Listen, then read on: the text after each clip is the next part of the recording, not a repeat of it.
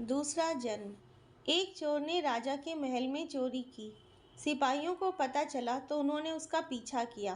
पीछा करते करते वह नगर से बाहर आ गए। पास में एक गांव था। उन्होंने चोर को गांव की ओर जाते देखा। गांव में जाकर उन्होंने देखा कि एक संत सत्संग कर रहे हैं और बहुत से लोग बैठकर सुन रहे हैं। सिपाहियों को संदेह हुआ कि चोर भी सत्संग में लोगों के बीच बैठा होगा। वे वहीं खड़े रहकर उसका इंतजार करने लगे।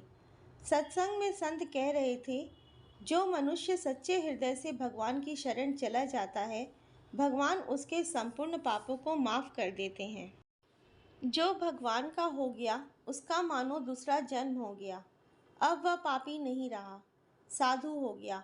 चोर वहीं बैठा सब सुन रहा था। उस पर सत्संग की बातों का बहुत असर पड़ा। उसने वहीं बैठे बैठे यह दृढ़ निश्चय कर लिया कि अभी से मैं भगवान की शरण लेता हूँ। अब मैं कभी चोरी नहीं करूँगा। मैं भगवान का हो गया। सत्संग समाप्त हुआ। लोग उठकर बाहर जाने लगे। बाहर राजा के सिपाही चोर की तलाश में थे। चोर बाहर निकला तो सिपाहियों ने उसको पकड़ के राजा के सामने पेश किया। राजा ने चोर से पूछा, इस महल में तुम्ही ने चोरी की है ना? सच सच बताओ, तुमने चुराया धन कहाँ रखा है? चोर ने दृढ़तापूर्वक कहा, महाराज, इस जन्म में मैंने कोई चोरी नहीं की। सिपाही बोला, महाराज, यह झूठ बोलता है, चोरी इसी ने की है। राजा ने चोर की परीक्षा लेने की आज्ञा दी, जिससे पता चले कि वह झूठा है या सच्चा। चोर के हाथ पर पीपल के 2.5 पत्ते रखकर उसको कच्चे सूत से बांध दिया गया। फिर उसके ऊपर गर्म करके लाल किया हुआ लोहा रखा, परंतु उसका हाथ जलना तो दूर रहा, सूत और पत्ते भी नहीं जले।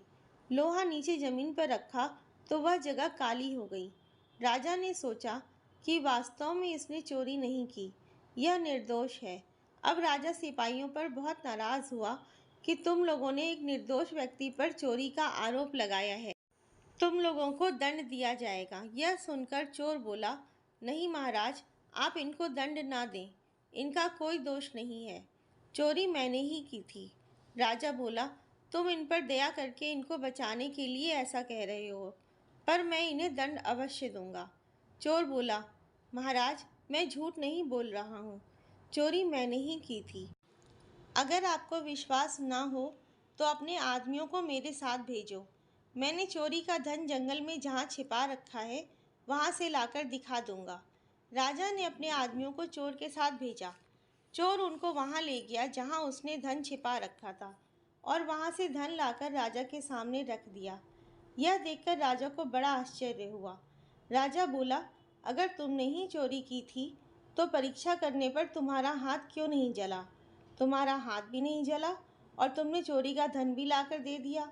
यह बात हमारी समझ में नहीं आ रही है। ठीक ठीक बताओ, बात क्या है? चोर बोला, महाराज, मैंने चोरी करने के बाद धन को जंगल में छिपा दिया और गांव में चला गया। वहाँ एक जगह सत्संग हो रहा था। मैं वहाँ जाकर लोगों के बीच बैठ गया। सत्संग में मैंने सुना कि जो भगवान की शरण लेकर पुनः पाप न करने का निश्चय कर लेता है, उसको भगवान सब पापों से मुक्त कर देते हैं, उसका नया जन्म हो जाता है। इस बात का मुझ पर असर पड़ा और मैंने दृढ़ निश्चय कर लिया कि अब मैं कभी चोरी नहीं करूँगा। अब मैं भगवान का हो लिया, इसलिए तब से मेरा नया जन्म हो गया। इस जन्म में मैंने कोई चोरी नहीं की, इसलिए मेरा हाथ नहीं जला। आपके महल में मैंने जो चोरी की थी, वह तो पिछले जन्म की थी। कैसा दिव्य प्रभाव है सत्संग का। मात्र कुछ क्षण के सत्संग ने चोर का जीवन ही पलट दिया। सत्संग बुरे से बुरे व्यक्ति को भी पुण्य आत्मा बना देता है, सही मार्ग पर चलना सिखा देता है। ऐसी महान ताकत है सत्संग में। आपको ये वीडियो कैसी लगी, कमेंट करके ज़रूर बताएं। लाइक, शेयर एंड सब्सक्राइब करें। धन्यवाद।